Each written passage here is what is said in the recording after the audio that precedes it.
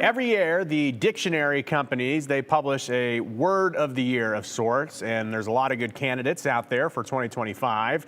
In the politics world, it would appear that the top dog is DOGE.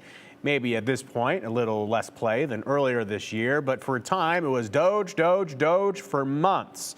Not just nationally either. Idaho let their DOGE loose in an effort to cut spending and duplicates and general government inefficiencies.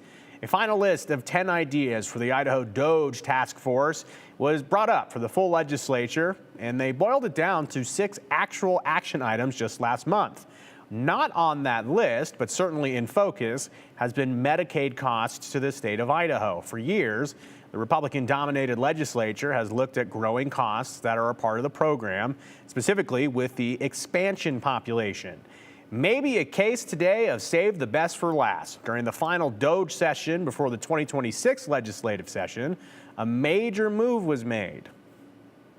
I have a motion from Representative Tanner to recommend that the germane committees explore repeal of Medicaid expansion. Hearing no further discussion, all in favor indicate by saying aye. Aye. Any opposed? Nay. So the ayes have it, and the vote came after a presentation from state experts giving numbers and trends on the cost of the program and what the coverage of Medicaid entails. Supporters of the cut say that the intent of the Medicaid program as a whole has gone off the tracks with the growth of the expansion population specifically. We're losing focus of the most vulnerable population, and then this population has continued to grow up, becoming a large burden upon the state when we want these people back out in the workforce and actually working. So with that, my recommendation would be to repeal Medicaid expansion. And it's not a new conversation. Critics have questioned, though, if this is really something that this task force, the DOGE task force, needs to be focused on, taking a look back at the 3 things it was tasked to do. How we can ensure fiscal responsibility, prevent waste, and enhance accountability. When I look at the conversations that we started today through those presentations and the public testimony, I'm not sure that I can target specifically how we will ensure fiscal responsibility, how we will prevent waste, and how we will enhance accountability, given how complex this issue is. So to be clear, what DOGE did with Medicaid is a recommendation for the full legislature to begin considering as soon as next month. What this committee does here is very interesting. And was this committee the cause of the entire conversation to repeal Medicaid expansion for next year? No, this is and has been on the table for many years. As recently as last session, there were several efforts to do so. But DOGE studying it specifically gives the full legislature more data points and a mechanism of sorts to point back to in an official capacity rather than just having individual lawmakers citing reports. Nothing changes today, but the conversation is firmly on the path. And another conversation as a part of that same, meeting as Gabriela Lopez joins us here today, questions if the Idaho Commission on Hispanic Affairs is an agency that needs to exist.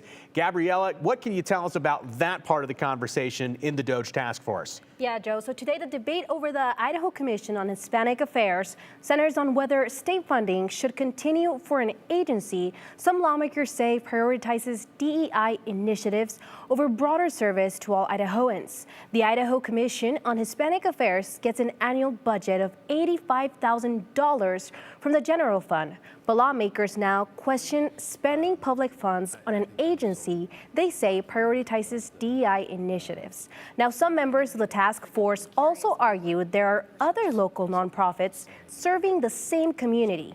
This news isn't a surprise to many in the Hispanic community who feel some Idaho leaders have tried to dismantle the agency dating back to the start of the year. KTVB obtained public records showing communication between Nampa Senator Brian Lenny to ICHA, saying in part, quote, "We both know I'm going to be working to eliminate the Hispanic Commission this session. A race-based government commission is discriminatory by definition, and the whole thing screams DEI." Accusing the agency of providing services to undocumented people, saying, quote, "My constituents deserve to know if their tax dollars are going to help people who broke the law to be here. And frankly, do Hispanic Idahoans really need a government commission to help them navigate basic things? During today's meeting, ECHA Director Annette Tipton defended the commission's 39th year history. Our mission is to serve as the bridge between Idaho's government and Hispanic population. I would argue that this office does not represent DEI. If we look back to 1987, when this office was founded, DEI wasn't even a thing. It was based on Idaho values where we care about our neighbors, we care about our partners and our communities. ECHA says 14% of Idaho's population identifies as Hispanic. The commission says it's essential for communication between the community and state leaders. When asked whether the commission could operate entirely on community funds instead of state money, Tipton said it could, but underscored that the connection with government is essential for all its effectiveness. The task force will make recommendations to the legislature in the coming weeks. Joe? So again, these are suggestions that one group of lawmakers are going to bring to the entire body. No word specifically on what those suggestions will look like, but as you can see from at least one Idaho senator, there's certainly a direction they want to go in, and that would be eliminating altogether. So we'll continue to follow it and hear from the people impacted in the coming weeks. Gabriela Lopez here on the 208. Thank you so much. Thank you.